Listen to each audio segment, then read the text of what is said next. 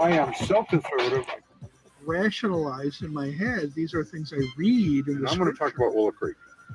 Okay. Willow Creek, a few years back, had invited. Remembered at the time when Will Rogers said, I don't belong to any organized religion. I'm a Baptist. Yeah. I am so conservative. If you didn't jump to conclusions, you might not get any exercise.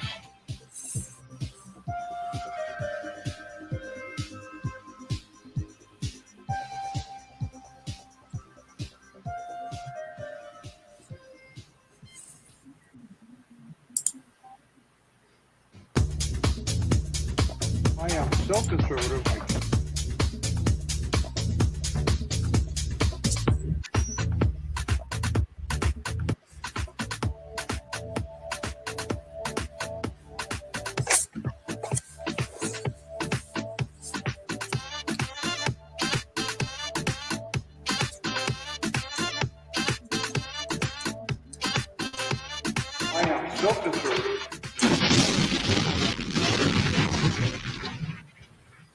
And welcome to the Unknown Webcast. And yes, it really is true. I am so conservative, I can't turn left even when I'm driving.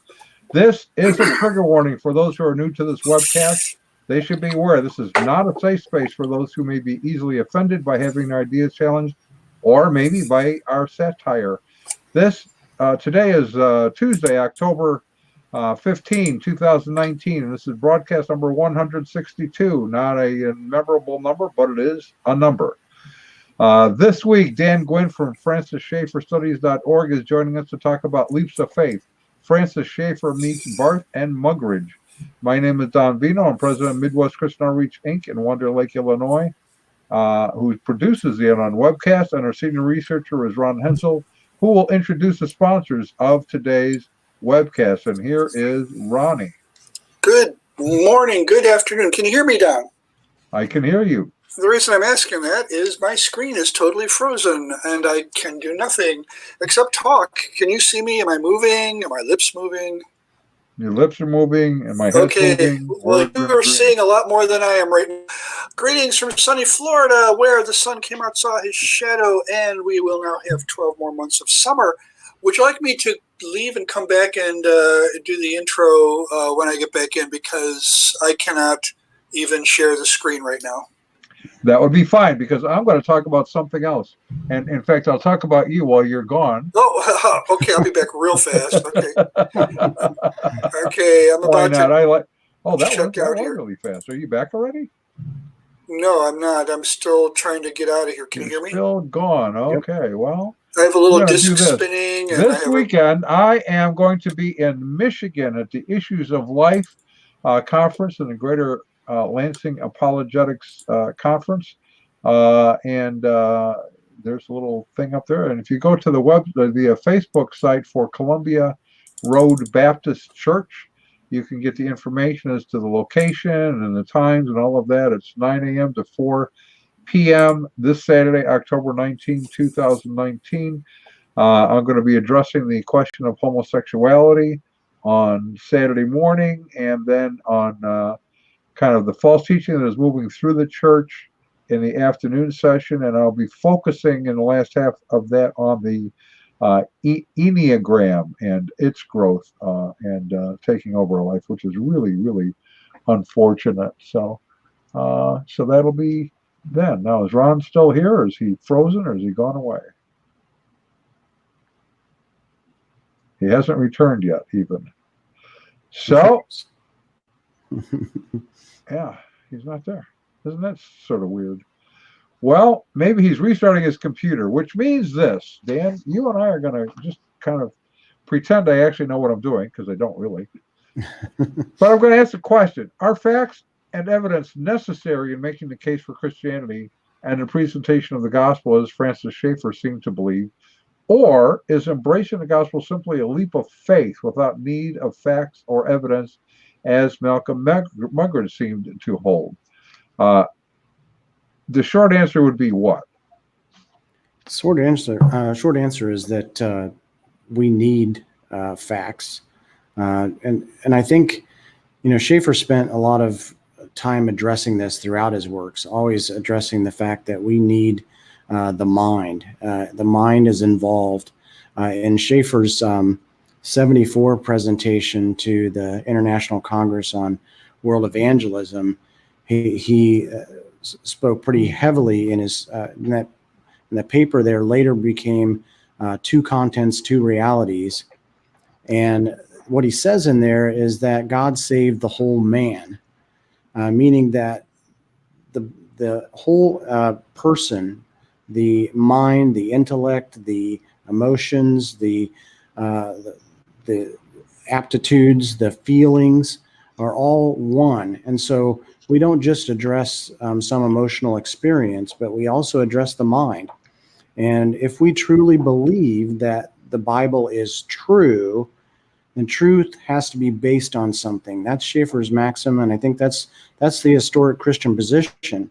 If you look throughout Scripture, you're constantly reading, set your mind on the things of God, set your mind on the Spirit, follow God with your whole heart and mind and soul. So I mean, it's not like that there is some sort of division that we can't go to the mind. No, and those people, I think, that are saying that are really missing the broader context that the mind is included.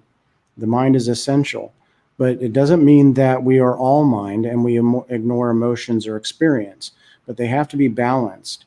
And I often tell people that we need a heartfelt as well as a mind-felt spirituality. Perhaps it would be beneficial to give a definition of faith. Now, I find I have to do this quite often as I'm talking with individuals who are struggling with how do I know this or how do I, because they're looking for an experiential confirmation of some kind. In fact, Ron is dealing with someone on Mormonism about this whole idea of burning in the bosom, and do evangelicals have a similar kind of an experience? Some years ago, I met with a young man. I was speaking at a church in Virginia. I'd been there for 4 days. As it turned out, he had been raised in the church, accepted the Lord at a young age, was a youth leader, and went to a Christian college where he became an atheist. It was kind of intriguing because they were asking questions and not giving answers to big issues like the problem of evil, for example. And so he had come to church that morning. He said it was the weird thing. I got up. I just felt like I needed to go to church. Hadn't been in church in 12 years. And he heard me giving my testimony because I grew up as an atheist. And then he came back that night. I talked about the reliability of Scripture. He came back Monday night. I talked about the physicality of the resurrection. Came back on Tuesday night. And as we were talking, this question of faith came up. And so as I started talking to him, I was walking from one part of the building to the other. We had to go through a series of doors. And I said, faith is not a blind leap into the abyss of not knowingness. It's not just some experiential thing that happens to you. It is based on pre-existing evidence that demonstrates certain criteria that you then can logically follow to come to a determination about future events. For example, as we walk from this part of the building to that part of the building, you had no problem passing through the doors from one floor to the next. Why? Because you know that this floor held you, this floor held you, so you're assuming that's faith that this next floor will hold you. That's where faith comes in. Now, is that a good explanation, bad explanation, or mediocre? Well, I think so. I mean, obviously, the grasp that you need a foundation. You need a foundation of truth is essential to belief. I kind of always end up defaulting to this with Schaeffer because it just makes so much common sense. How can you believe in something that doesn't exist, that doesn't have some sort of basis in reality? And so they're wanting to, in many cases, or people are wanting sometimes to take these leaps of faith into an area of non-reason, as Schaeffer calls it, and begin to formulate a position of doctrinal precepts, and note the word doctrine there, that those doctrinal precepts have to be built on something. I once attended a family reunion, and one of my relatives said, it was a relative of of my wife's family, but I won't try to use that as a disqualifier, but basically she said to me that I go to a non-doctrinal church. Really? I was stunned. I had to laugh. Well, then you're not going to a church, in other words. Yeah, I mean, you don't believe in it. Essentially, it would mean you don't believe in anything. So if we don't have truth as precepts and truth as verifiable notions, then there's nothing there to believe in. And that's where we have to constantly be addressing this with our neighbors, people down the street, whatever, anywhere that we encounter this, we have to say, well, what is it you believe? And begin to look at foundations. So Okay. our title is Leaps of Faith, Francis Schaeffer meets Barth and Muggeridge. What is it about Barth and or Muggeridge that comes into play relative to Francis Schaeffer? Well, what's fascinating is that Dr. Schaeffer had two encounters. He had two meetings with these very influential scholars. One with Barth, like early on in his ministry. I believe that was in the 50s. And he was at that particular time in the separatist movement. So he was in the middle of the fundamentalist modernist controversy in the separatist movement. And he was hooked up with various groups, in particular the International Council of Christian Churches, Carl McIntyre. Some people may know that history. But anyway, he and several other scholars went to meet with Barth. And when they met with Barth, they sat down with him and hoped to discuss, his views. And so Schaeffer begins to kind of question him and begin to go over different things. And I want to highlight one of these things that really relates to our topic. He's asking Barth, he says, did God create the world? Now listen to Barth's answer. God created the world in the 1st century AD. Okay, and then Schaeffer then looked out and he says, he waved his arms out over the beauty in front of them, pointing to a tree-covered group of hills sweeping down to the lake, and asked, this world? And Barth answered, this world doesn't matter. So, Yeah, and this is what gets me about people who defend Barth. You just shake your head when you hear these stories. Somebody once came up to Barth and said, I have a list. I've compiled a list of contradictions from your works that I'd like to talk to you about. And Barth said, that's okay. I have probably a dozen more that I can show you as well. Barth, when you run into somebody who deliberately tries to confuse you, you're basically dealing with somebody who's no better than a cult leader, because that's what they do. That's a primary tactic. They're trying to throw you off balance, to get you off your game. They know they're either going to infuriate you so you leave, or they're going to make a disciple out of you because you're going to be curious and you're going to try and you're going to want to understand how their mind operates, and eventually, you might be a convert. And that's the way cult leaders work.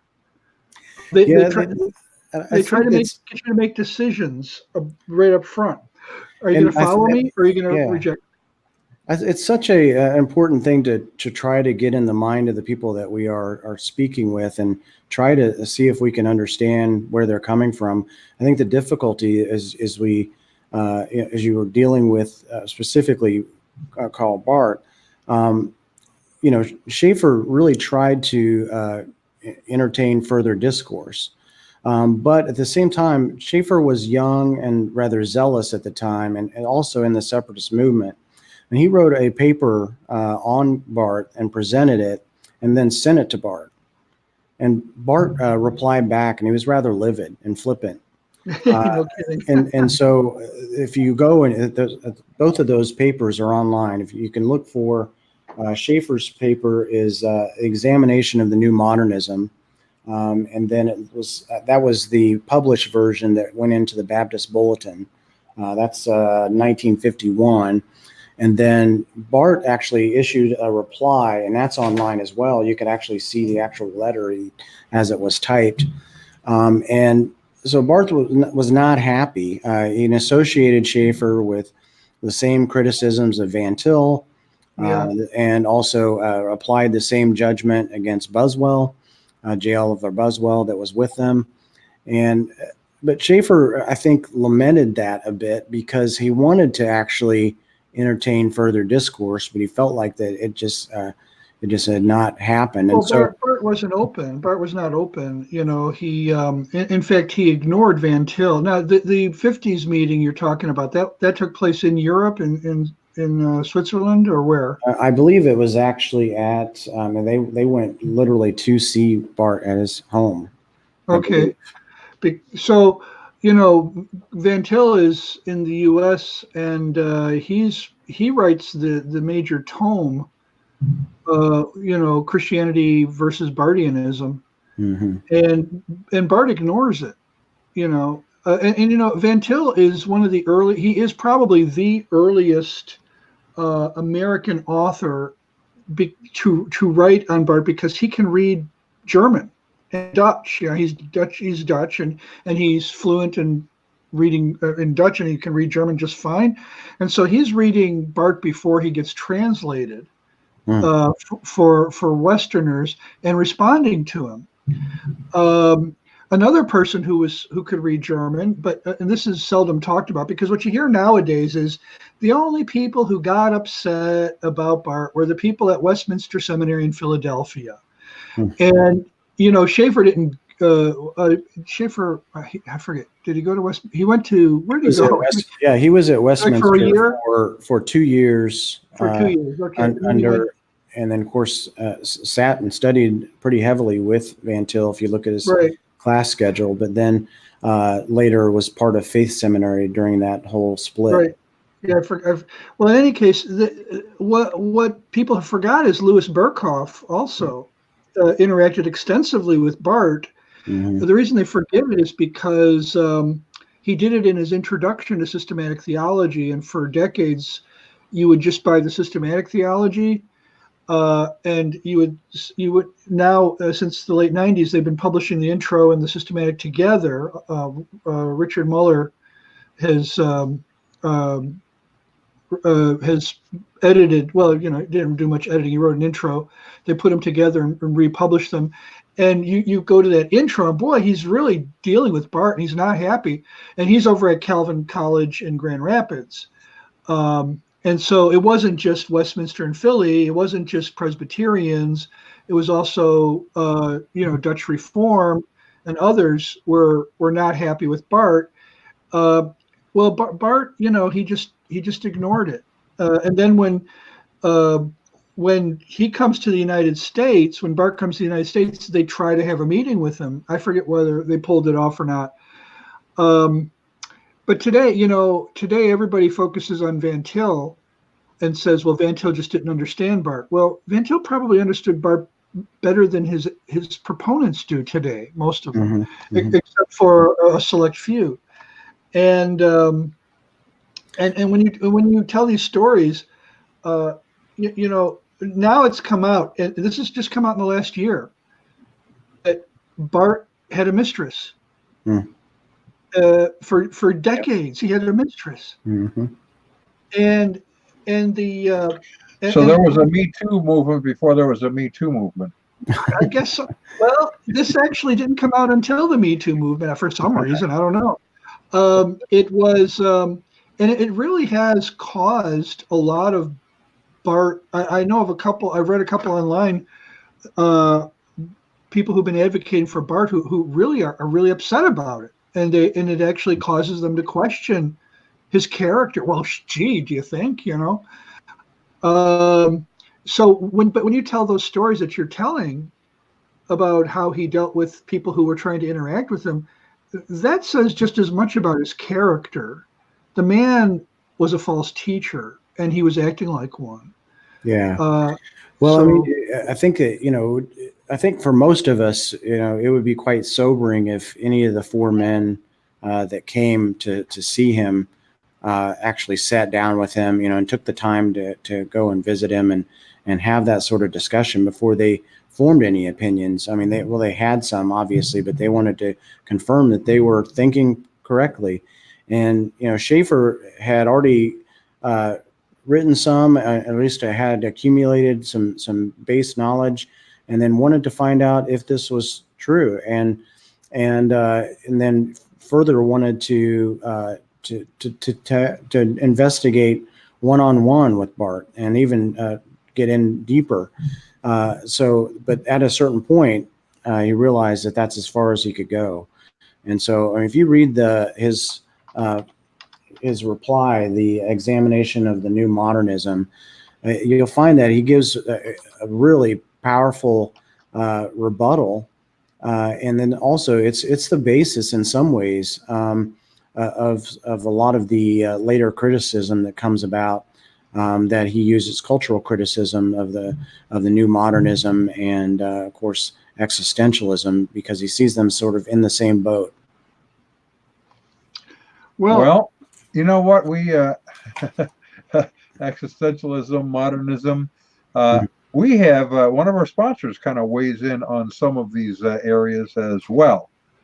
He kind of almost takes them apart, you might say.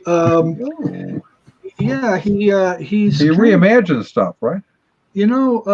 Schaeffer was aware of him, and he might have hired him as a contractor. I'm not sure, but what we're talking about is actually, I was prepared with the screen for the intro, and now I've got to take it down, and I'm going to put the screen for the actual commercial instead. I'm glad I caught that, because I would have not gotten very far. All right, so you never know. So okay, that's not it either. Where am I? There you are. Don. Yeah, wherever you go, there you are. Okay, so let's end this and you just keep talking. Come back later. I'm not ready. I'm sorry. So now we're going to take like a little river trip there, I see. Yeah, that was England in 1647. So we're going to go back in time on a river. I see. Yeah. So one thing I wanted to share, maybe just to extend a little bit of the conversation about what I was mentioning before, is Schaeffer's reply. I think he gives a wonderful visual. He calls it hanging a peg in midair. And so basically it's like they want a peg to hang their coat on, but they stick the peg up in midair with nothing to support it, and then just suppose that optimistically it's just going to stay up there and then it's not going to fall. And so that's a bit of Schaeffer's reply, is taking apart that lack of basis, lack of foundation that Barth had, and beginning to form an overall consensus of how do we respond to these people who are taking these sort of leaps. Yeah. Well, in the 19th century, what Barth did, and this is what got him a huge fan base in Europe and America, was he rebelled against 19th century classical liberalism. I maybe already mentioned that when I was offline. And you see this today. You see a parallel between that and N.T. Wright, who took on the Jesus Seminar and became a hero. And he also wrote a really good book on the resurrection. But then he goes way off base on other areas like justification by faith. So Barth, he rebels against classical 19th century liberalism, and that gives him a huge fan base because a lot of people are wondering how to answer it, but he really never answers it. Yeah. He just rejects it. Well, and he offers. That's something I thought was rather fascinating, is if you parallel Barth and Muggeridge, for example, both Mark and Muggeridge rejected and were anti-liberal. They both affirmed central doctrines, but they didn't assert biblical authority. Well, why don't we come back to Muggeridge, because I think I'm kind of, I mean, I read the account of Muggeridge's interaction with Schaeffer, plus I've seen Muggeridge in action in other areas, so I definitely want to talk about him. But in the meantime, Well, we have some. I like the coat hanging in midair, though. That kind of leads us to what we're going to talk about now. Yeah, it kind of does. Which is, are you having difficulty living according to your worldview? Do you need expert professional help to get reality to conform to your presuppositions? Sometimes do you feel like you don't know Jack? Well, now you can, thanks to Jacques Derrida. Well, Jack's General Deconstruction is his company, and you want to sign up with them because all his work comes with free logocentrism inspection, free binary opposite inversion, free destabilization of textual meaning. Now you can have the reality that suits you. Subverting the best to palm off the rest since 1966. Jack's General Deconstruction. So there you have it. Yes. So I have to Muggeridge tell you, as a programmer, I perked up when I heard binary. Then okay. That's yeah. I'm not sure it has the same idea. that's it. Yeah, I don't think that word means what he thinks it means. So Muggeridge, Schaeffer visits Muggeridge and has tea at his house in England, right? And Yes. And they set up this meeting, and the person who sets it up is thinking, wow, get these two great minds together, this will be amazing. And the person who sets it up leaves very disappointed because the two end up arguing over, of all things, the nature of truth, whether truth even matters. And Muggeridge argues that all that seems to really matter, at least to him, is the drama of the incarnation, the drama of, of all that's involved in Christ's life. And then years later, over a decade later, it had to be, the Monty Python group comes out with Life of Brian, which is loosely based on the story of Jesus, and very loosely. Yeah, and it stirs up a huge controversy on both sides of the Atlantic, and so they have this British talk show where they bring on John Cleese, one of the other Pythons, an English bishop, Church of England bishop, and Malcolm Muggeridge. Have you seen it? Yep, I have, actually. And it's really fascinating, especially if you want to understand Muggeridge, because you come to the end of this, and of course, John Cleese he's saying the whole point of the movie is pretty much summed up in when Brian says you should think for yourself. Okay, that's the whole point of the movie. And along the way, John Cleese takes pot shots at Christianity, not so much Christianity as a whole, but things that he experienced growing up in a religious school and so on. And Muggeridge is just like, he's upset that, and you can hear him arguing. He comes to the end and he's finally, it's like they're running out of time. The show has to end, but Muggeridge wants to keep going. And he's saying, but you're missing the drama. You're missing and as the credits are rolling, he's arguing with John Cleese about the drama of it all. And you can just kind of see Cleese is like, oh, geez, it's like, really? This is supposed to be persuasive to me? So yeah, it's significant that Cleese is wanting an evidential or some sort of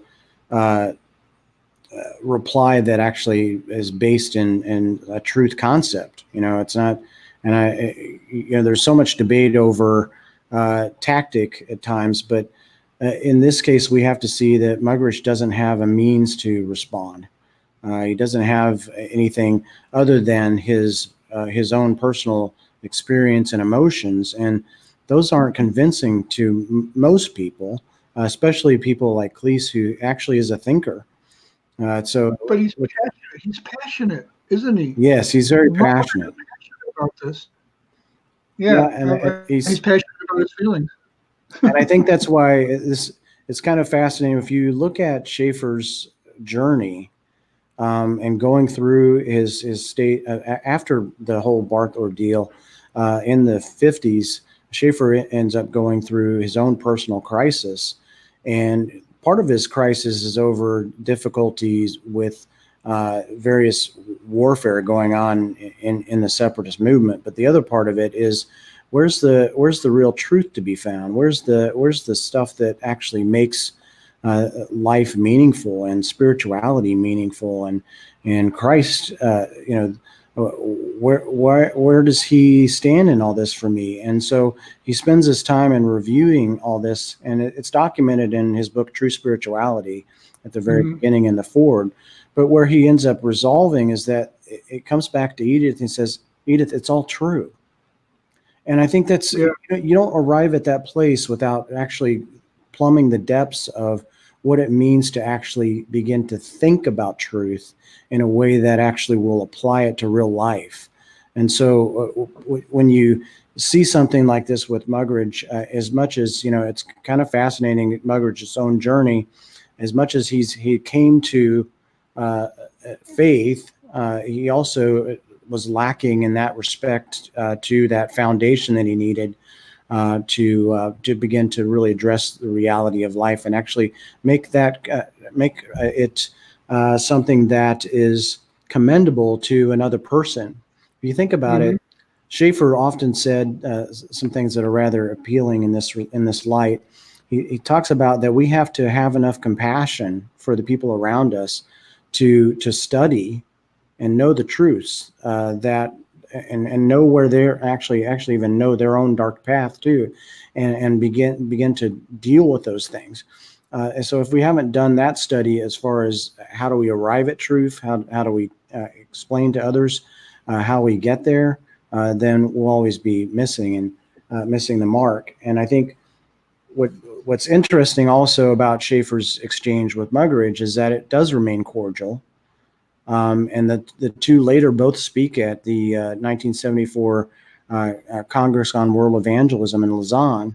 So it's not like that the discussion doesn't continue. And also it's rather interesting too that in the meantime between these two meetings between Barth and Muggeridge, Schaeffer had a exchange with Bishop Pike, who was of a similar mindset, and we find that him and Pike had ongoing discourse and correspondence for many years, and even Pike, felt like he was a friend. And so sometimes I think at least should give us some sort of clarity about how Schaeffer learned to try to deal with this. We need to stand firm. We need to stand solid on our doctrine, but we also need to be learning what it takes to address the individual, the person in front of us.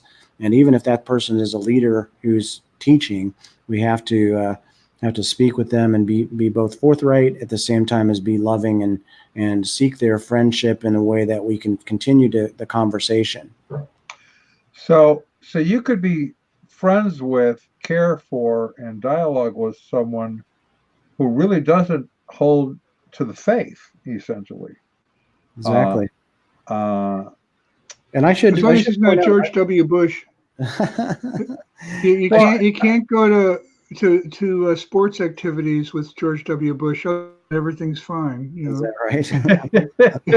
Well, I raise that because I see so often a couple things. I mean, one thing is you have kind of on the evangelical side those who are giving away the store. In fact, I was reading something today about how important it is to be intellectually engaged with culture so that they will accept you and give you a place at the table. And I go, okay, but do you have to sacrifice doctrine in order to do that? Because many of them do. On the other hand, you have a troop of apologists who I believe really want to defend the faith, who, if they see you meeting with someone who holds to a false teaching somewhere along the line, immediately labels you as having abandoned the faith because you're friends with them. Yeah. Right. And that's go ahead. Well, I would say that, we definitely need to expand our thoughts on even our modes of evangelism and really ask ourselves, have we had exchanges with people who are not Christian? Because if you don't get those interactions, you don't know how to respond. And I want to parallel this because you think about it, toward the end of that article on Muggeridge, you see that the author mentioned specifically that both of them agreed firmly on abortion. And so we have to ask, on what basis? I think about this. I've had a discussion with a friend of mine who's an atheist, and he's very, very passionate about the things he sees that are wrong in culture. And I say, well, I know as a Christian, I know why I believe those things are wrong, but why do you? If you could just describe that to me. See, I didn't have to confront him. I just had to ask him specifically about that, because I feel it's necessary for that sort of dialogue to begin to be engaged. That, okay, I want to hear, how do you arrive at that situation? Because I don't see any basis for it. And then you have to actually listen to what he says. You do. And it's good for you because it will actually help you to understand the worldview that you're addressing, not just for tactics sake, but also because there's an individual in front of you, and that person, according to the Christian position, is made in the image of God. So we have to be forthright, but yet at the same time acknowledge the presence of God's creation before us, and show ample respect and dignity, and give credence to the things that are going on, even in their mind, even though they may be distorted from the truth. One of the things that strikes me about Schaeffer and a lot of people from that era, William F. Buckley, even there's some holdovers. They're not all from fields that I agree, or they don't represent points of view that I agree with. But there was, up until the late '80s, it was possible to be an intellectual and to have a voice, and to use reason and discourse to make your point. And so a guy like Schaeffer was possible not only in the church but in society at large. It seems that we've come to a place where such a person, I'm sure they're still out there. I'm sure they're out there in abundance, but they no longer have a voice. People don't have patience for reasoned discourse. People, reasoned discourse assumes that you can get to answers to questions by logic, by facts. Well, we now know that, we have to support truth over facts, according to one of the presidential candidates. And I think that was probably a slip of the tongue, but it was a very telling one, because he couldn't have nailed it any better if he was trying. That the people, they believe that they have their truth, and if they don't fit their truth, then they're not relevant facts. They're simply things that you're bringing forward for no reason. So, go ahead. We deal with this a lot too, I know, on social media, because people, I think, see social media as a means, for example, of expression.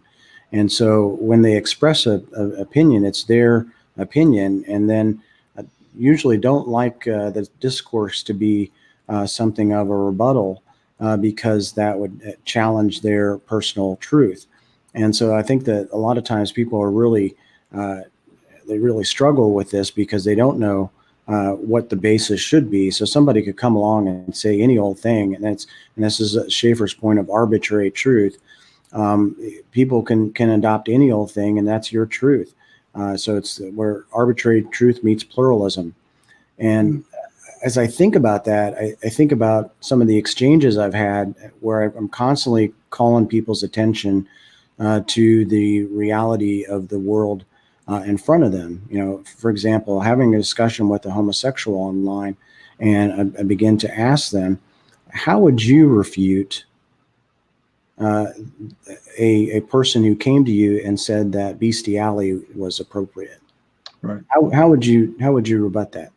And he had no answer. Well, he might not. You know, ultimately, Well, if he his thinks only it's answer, I should say, his only answer was emotional. That's gross. But Right. isn't that the same response he hears from a lot of people who are moralist? right. And so, Aren't there a lot of people who say homosexuality is gross? yeah, and so I would communicate to him too, also in the matters of, for example, the area there where they try to assume that it's just my preference or it's how I was born this way. Your opinion, right? But I've heard people of that persuasion, and the believe it or not, they're online. The bestiality people who are saying exactly that. It's my persuasion. Sure. I was born this way. And we pedophilia. we did a webcast a few weeks ago with someone who was formerly gay, and afterwards I had several from the LGBTQ, the alphabet folks, start interacting, and they start post a question. We had some dialogue, but they were less than happy that we did this particular webcast, and the one who had initiated it, after we went through a few different subjects and I would respond to them, he said this interesting thing. He said, I really like Jesus who said, love your neighbor as yourself.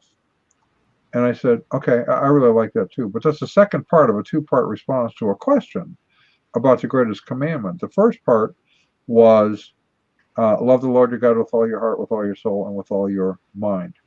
The second part was love your neighbor as yourself. And what most people miss is the first part covers the first 4 of the 10 commandments. This is how you love the Lord your God with your mind. The second part, love your neighbor as yourself, covers the next 6. And these are paragraph headings, if you will, that are explained later as we read Leviticus. And if you go to Leviticus, what you discover is adultery is a sin, homosexuality is a sin, and it lists sleeping with your daughter, sleeping with your mother, sleeping with your mother-in-law. All of that is a sin. Bestiality.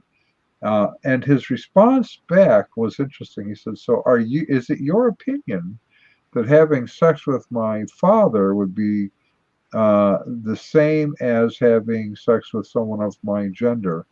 And I said, it is my opinion is not relevant. It is what the Word of God says. Now, you can reject the Word of God, but you can't pick and choose. He didn't really know what to do with that. Yeah, I think that's the constant struggle as you have when you speak to people of those persuasions. And, and I carried on that conversation with that young man for quite a while. But at a certain point, he was just really uncomfortable. And that was okay because I wanted to leave a rock in his shoe, so to speak. And then I asked him, I said, I really would like you to consider truth. And it's not just my truth, it's the truth of Scripture. And I would like you to consider the fact that you're harming yourself. And we have to have that kind of compassion, I think, because if we don't, the discussion will end at that point where we divide.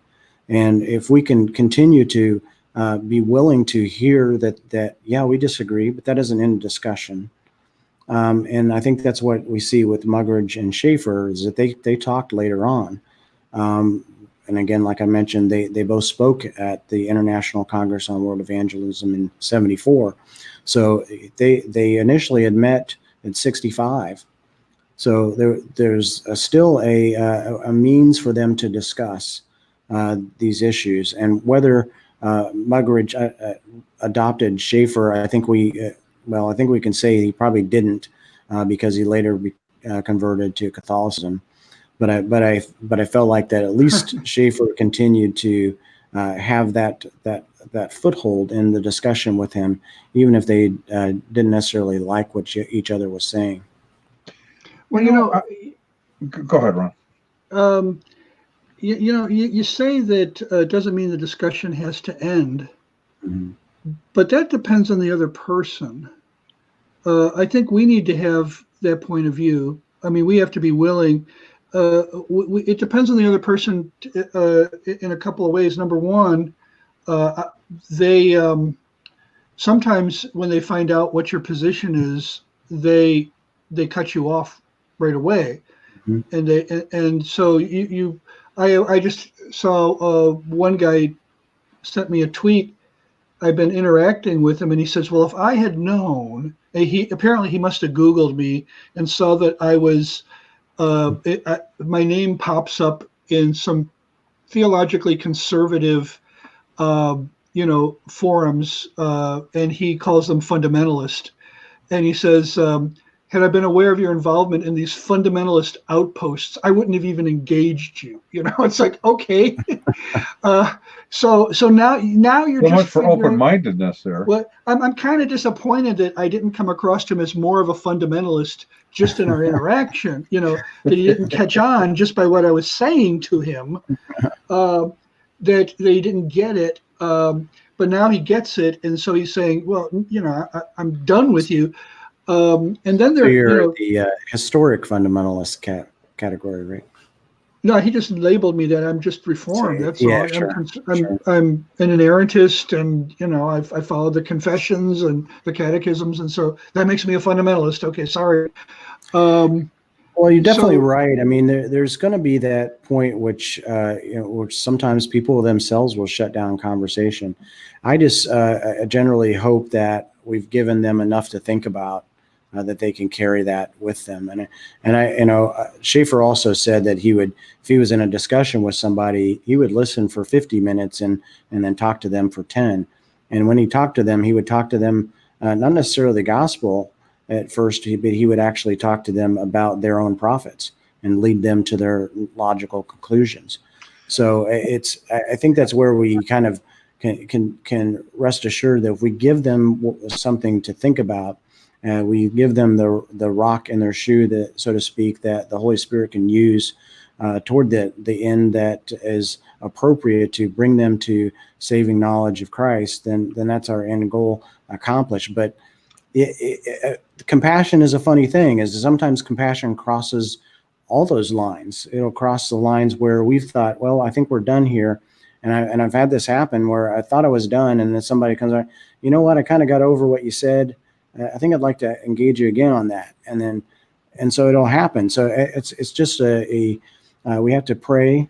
I think that's definitely one of the most primary things, and pray that people can see the futility of these leaps and begin to see, begin to tie into reality. You mentioned a couple of times about listening. And one of the things that we talk about a lot as we interview different people and talk about how to share the faith is to find out what they're invested in. That's kind of what you're talking about. Schaeffer might listen for 50 minutes and talk for 10.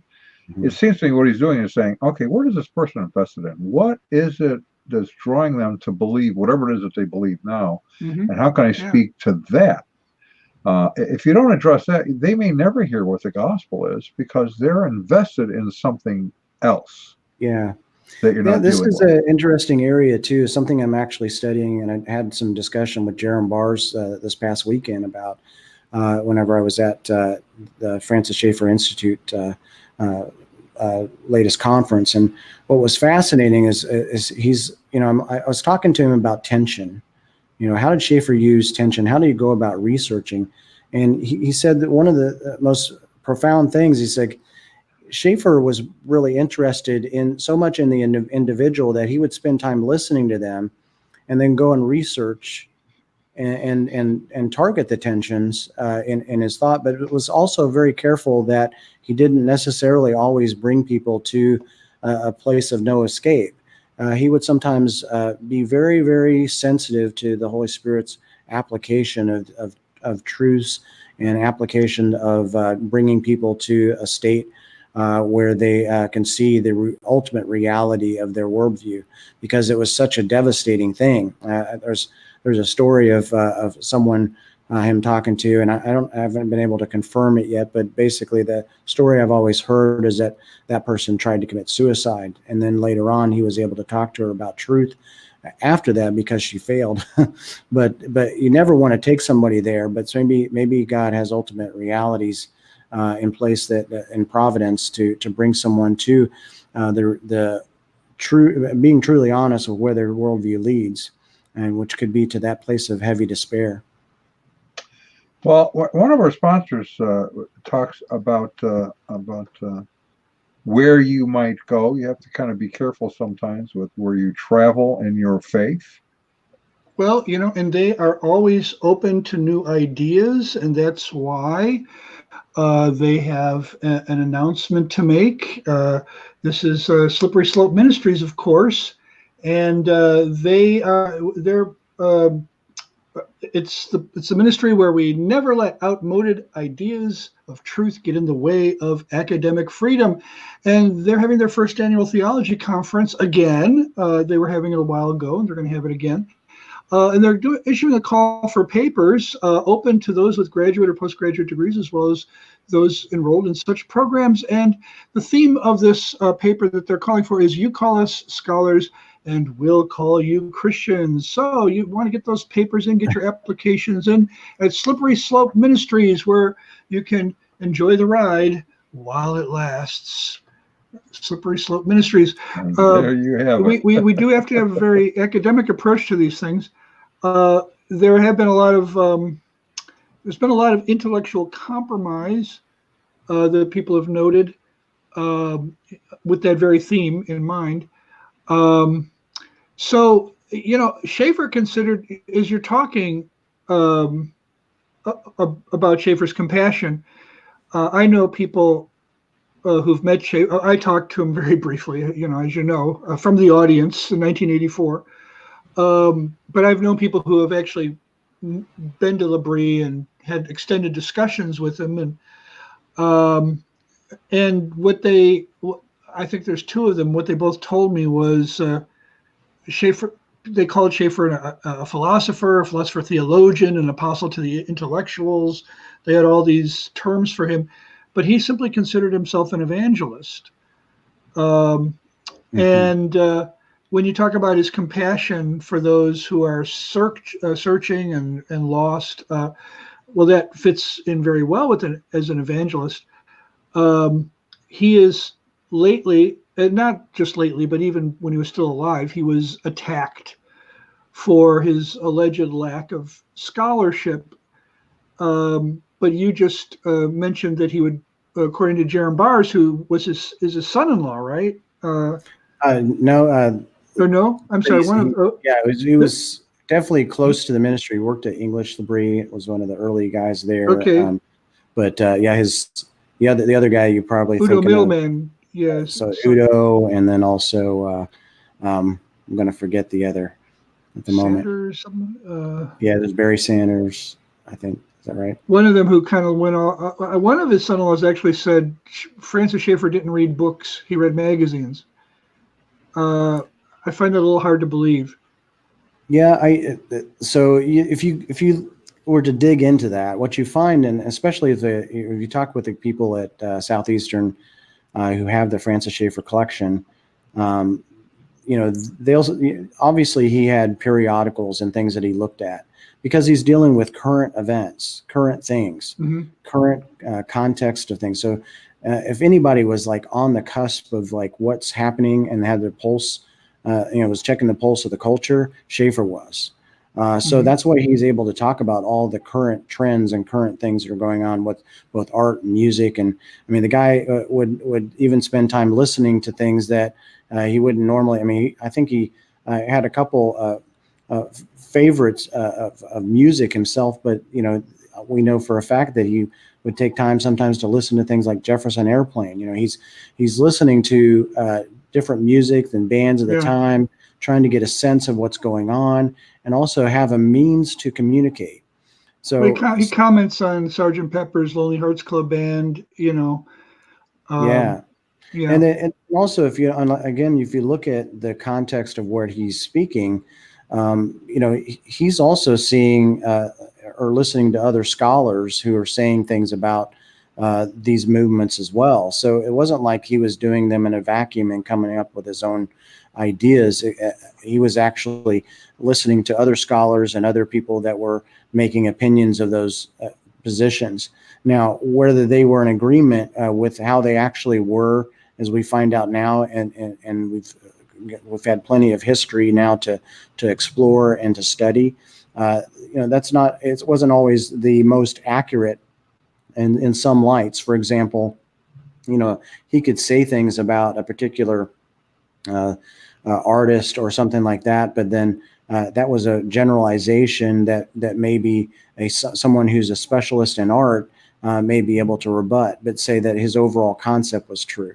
So you can pick on the little things, but Schaeffer overall was making the right conclusions because people were obviously not only coming to faith, but also backing him up on these things and seeing that, wow, this is so relevant. And the people that were dealing with these issues at the time too, and right in front of him, were engaging him constantly and bringing him books and material and saying, "What do you think about this?" Just the other day, Doug Groothuis on his Facebook page made a short list of the people who are the most influential and remain influential, people he continues to read over and over. And Francis Schaeffer was at or near the top of that list. Yeah, Dr. Groothuis, I know I've read all of Schaeffer and much of like his articles and things, etc. And I probably maybe I would like to say maybe I'm the person who's read the most for my age, but I know Dr. Groothuis has read several of the books like 4, 5, 7 times. So yeah, it's always kind of wonderful when I have any sort of interaction with him about these things because I know he's had time to mull it over. And the thing about Groothuis, he's a PhD in philosophy. Something Schaeffer never was. And Groothuis has a vast grasp of the philosophical landscape, the history of philosophy. I always learn something when just reading his Facebook posts. I learned something. Yeah, about it's isn't it fascinating? Though you have all these scholars who are heavily scholarly in Christendom, and there's just numerous that have credited Schaeffer for opening their minds to think. He's not. So on one hand, someone would say, okay, he's not a academic scholar, but yet look at all the scholars he's influenced. I think I read to his credit. My first Schaeffer book was the shortest one, Escape from Reason. That was 1976 or 7. I saved a copy of that, and it's something I came back to over and over. I mean, when I was in high school, I read it over and over because I didn't really get it all. It's like I would run. We didn't have the web back then. I didn't have Google. I didn't have Wikipedia. So a lot of times I had to maybe go to a library to figure out what he's talking about. Exactly. But he might not have, like one of the things he gets criticized for is not having the most accurate perception of Kierkegaard. But right. Then I don't. But at roughly the same time that that Schaeffer was maybe denigrating Kierkegaard to an extent, R.C. Sproul was, it comes a little bit later, he kind of overlaps in the 70s. He gives a little more of a balanced perception of Kierkegaard. So if you're following, but he doesn't attack Schaeffer for being off base, he simply provides, a fuller picture because Schaeffer doesn't really go, he's a generalist, he's not going to dig really deeply. Yeah. Well, the problem too, you have guys that are kind of really irregular, like Kierkegaard. I mean, Kierkegaard was not an easy person for even scholars to process. So there were a lot of different viewpoints on him. And I kind of need my buddy Jason here, who's my partner. He is read Kierkegaard extensively, and so it's on one hand you could see where Schaeffer and others came to the conclusions they did about Kierkegaard, but in some ways there is evidence to even suggest that Kierkegaard, as a churchman, might actually have formed some similar opinions that Schaeffer did, and I'd leave that to Jason to defend that. But the overall concept, though, is that there's a difficulty sometimes processing him because he wrote in such a way that sometimes was representing himself in sort of I want to say pseudonyms and well, he wrote in pseudonyms. Yeah, he Johannes de Silentio, So yeah, you were trying to figure out just exactly who is this guy and what is his actual opinion? Is he being is this the character he's writing, or is this me, or what is this position? And so there's definitely ways I've seen that where Kierkegaard has been processed in a better light. So you have So we have our three people today, and I'm gonna. You tell me give me your response, your reaction to what I'm about to say. Okay. Okay. The way I view them in the context is probably the one who would fit most well into the postmodern landscape today would be Muggeridge. It's all about his truth. And his truth is about his experience. And whereas Barth would come in second place as an existentialist, existentialism kind of it's trying to make a comeback in the postmodern world, but it doesn't quite do it because ironically, you were talking about how what you said, Barth hangs it on air. What was that? Yeah, Schaeffer's accusation was that they've hung a peg in midair. They've hung a peg in midair, and the peg is the peg of truth. Am I right? Exactly. Okay, so basis for truth. Right, but in postmodernism, you would think that postmodernism would say, yeah, that's okay, or the current, whatever the ethos is today. I don't even know whether we should call it postmodernism anymore, because when postmodernism originally makes the scene, it allowed everybody to have its own truth. Mm-hmm. Well, today's society doesn't allow everybody to have their own truth. Truth. Yeah, and if you I would suggest someone has suggested we are now in the age of transmodernism, where celebrity is a spokesman for culture, and so truth is determined then by celebrity. Well, okay, I would go with that, except I would say celebrities are the enforcers of culture. Yes, yeah. They're enforcing. They basically stick their thumbs in their mouth and hold it up to the wind. Which way's the wind blowing? Okay, that's and that's what LeBron James is doing right now with the whole China thing. Which way is the wind blowing?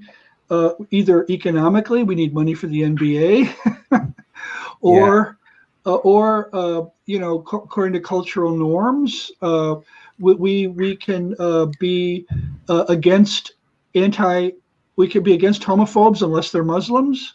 Okay. Yeah. And then we can't say anything. We just have to shut our mouths.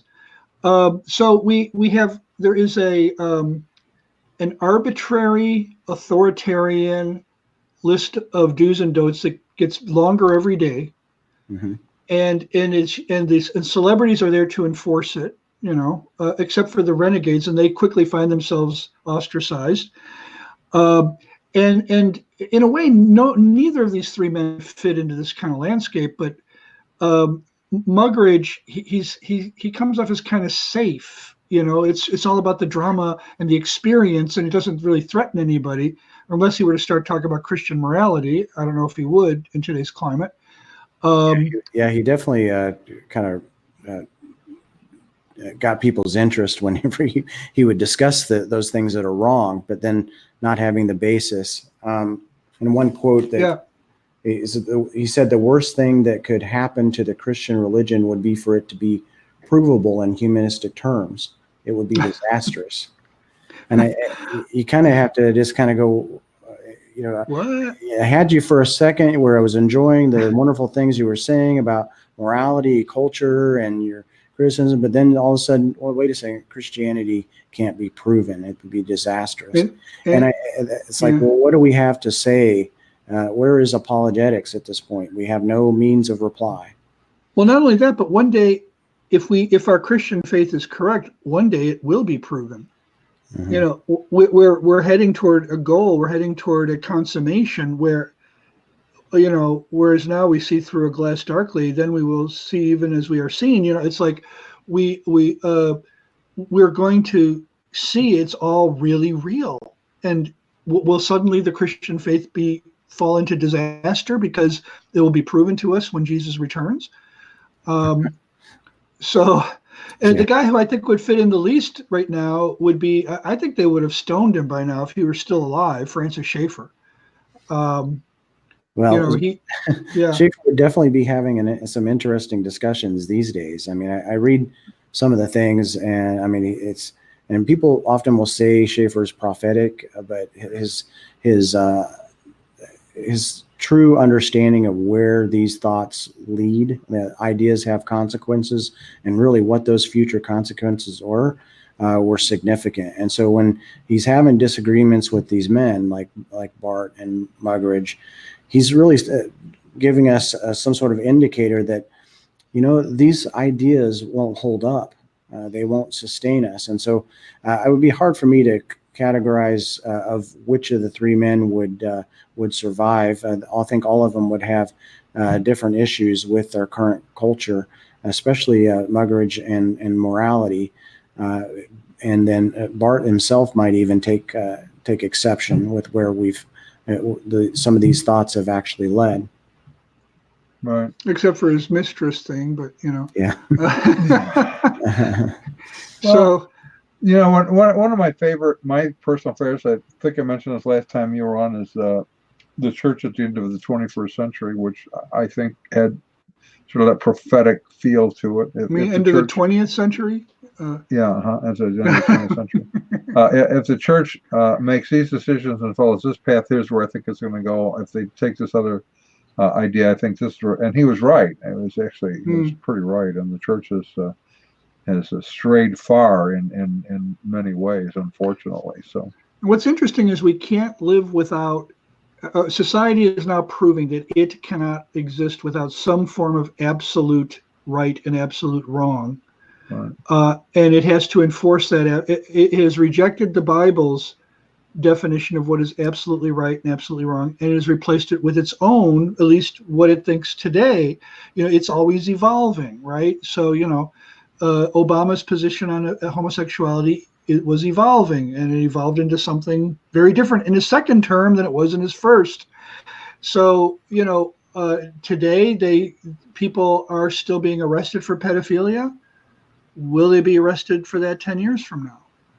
Or will they lower the age of consent to 12? And there's a big move to do that already, or to eliminate it altogether. Even marriage, for example, in Missouri, there's a few other states. There's no age for marriage. You do have to get permission when they're 18, when they're 14, I think.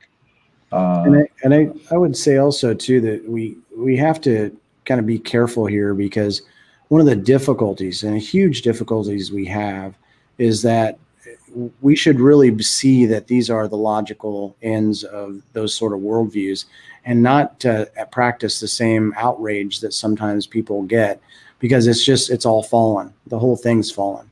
And so because if we just react with vitriol to these things, then people suddenly will just see us. I mean, for whatever reason, they're not able to parse the difference between standing for something firmly and something whenever you use use a little bit more deep expression. But it's a real struggle for us, because we want to be able to speak to the person, even though that we know that what they're doing is deplorable. It's horrible. Mm-hmm. Well, we live. I just spoke this past week in a church on the issue of homosexuality and how we deal with it in the church versus what's going on in culture. And one of the points I made, and I think Schaeffer would agree with this, the time we live in today is more like the first century than any time in between that. And so we sort of have to look back and say, okay, how did the first century church live in a largely pagan culture where sort of anything goes? They dealt with sin in the church, but they dealt differently with sinners outside the church. They just assumed that they lived badly. Mm-hmm. It was just assumed. Mm-hmm. Today, though, there's a couple things that I think happen. One is we yearn for that Judeo-Christian culture that we grew up with that's gone. Mm-hmm. And we are resentful that it was taken away. And yet, our task is to engage in that pagan culture.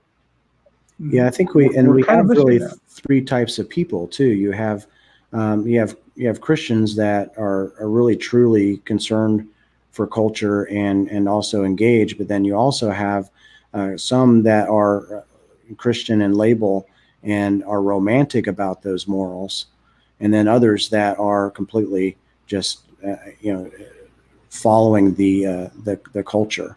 And so the challenge we have is bringing that light to it, so that we can see where we're inconsistent and becoming a true church that's going to constantly be able to challenge culture by both our actions and our words. Right. And I would say also that not all of us actually grew up in a Judeo-Christian culture. You know, Well, we know you didn't, so. Yeah, I did. Well, actually, Roman Catholic culture was about as Judeo-Christian as you could get. Well, you grew up in an atheist household. No, I grew up in a I was an atheist in a Judeo-Christian culture. Oh, okay. You're. Well, Rock if you culture. turn on the television, what was culture? You know, you turn on the television. What'd you get? You got Leave It to Beaver. How often was the gospel referenced in that? You know, how often? It wasn't referenced, but you had a Judeo-Christian morals and ethos. Even in television, they watched what they said. If they showed a bedroom of a married couple, it was twin beds. They never had a double bed, which is a little bit overboard for. Granted, but you know that was the kind of a cultural ethos and morality. It was they weren't kind of Christians per se. But. Everybody assumed we were a Christian nation, right? Even though we were all doing hanging the peg. I mean, the culture as a whole was hanging the peg in midair, exactly as Barth had been. You know, as Schaeffer. That's what Schaeffer was saying specifically about culture as well. He was saying that, you know, there was a cultural consensus, but that didn't mean they're all Christians. He never meant that. Some people would try to cry back to a golden age of Christianity in America, and he would say, no, that's not really what we're talking about. We're talking about a cultural consensus that certain things were true and certain things could be lived out in both life, government, everything. And so there was no... and truth could be found. Truth could be found according to... It could still be visibly seen, even if it was secondary. It was still there. Right. Mm-hmm. All right, guys, we need to wrap it up. We are 12 minutes over, which we tend to run over anyway. So, okay. Dan, if anyone wants to get to you, not just get under your skin, but get to you, where would they go to do that? So we have several avenues. FrancisSchaefferStudies.org is our website. And then also on Facebook, there's Francis Schaeffer Studies Facebook page, and then also the discussion group. And so what's nice with the discussion group is you can ask both scholars and layperson alike and discuss Schaeffer, discuss current world trends, culture, apologetics, any of those types of subjects, and they're all accepted there. Sometimes even just general things about life. Even if you have a prayer request or just want to talk with somebody about salvation, you're welcome to do that there. I have actually had a lot of wonderful exchanges also being private messaged. I've had several guys that have communicated with me at times through private message and been able to encourage their faith, strengthen them and build them up in the current situation they were dealing with.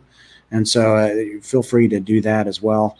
I am limited on time because I'm a very busy guy because I work a full-time job and also do some secondary teaching. So I keep myself maybe too busy sometimes, but I am available and would try to respond as appropriate. Okay, good. And Ron, would you care to walk us out of here? Okay. Yes, our resident cult leader profiler is Neil. Before me, our wardrobe manager is See How It Fits You. Our culinary services come from Chef Ham and Cheese. Our tinfoil hat provisioner is Just In Case. Our Jehovah's Witnesses coverage comes from Armageddon and D. Opposer.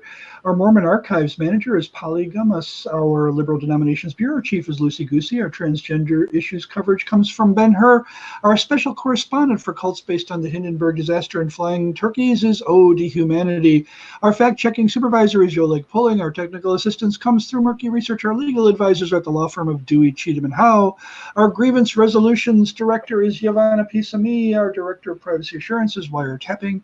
And our original idea sourcing comes from Drew Blank. The Unknown Webcast is a production of Midwest Christian Outreach, Inc. in cooperation with Emergency Manicure Productions, both of whom are solely responsible for this content, although you will never not even once be able to prove that in a court of law. Never happened. Never Ain't happened. gonna Never happen. happened. So, So Dan, thank you for being with us, and Hey, for thanks those for who having me. tune in and those who will watch it afterwards, thank you for joining us. And next week we're going to see. I know we're doing something, but I forgot what it is. Oh yes, we have George Carneal on again next week to talk about how churches can deal with the question of homosexuality within the church. How do you deal with those who are leaving the homosexual lifestyle and coming to a church near you? What does that look like? So. I will be in Michigan at the Lansing Apologetics Conference this weekend. So you can look at our website and get that information, or their Facebook page for Columbia Road Baptist Church, and get that info. So otherwise, we will see you all later. thank you, gentlemen. Adios. Adios.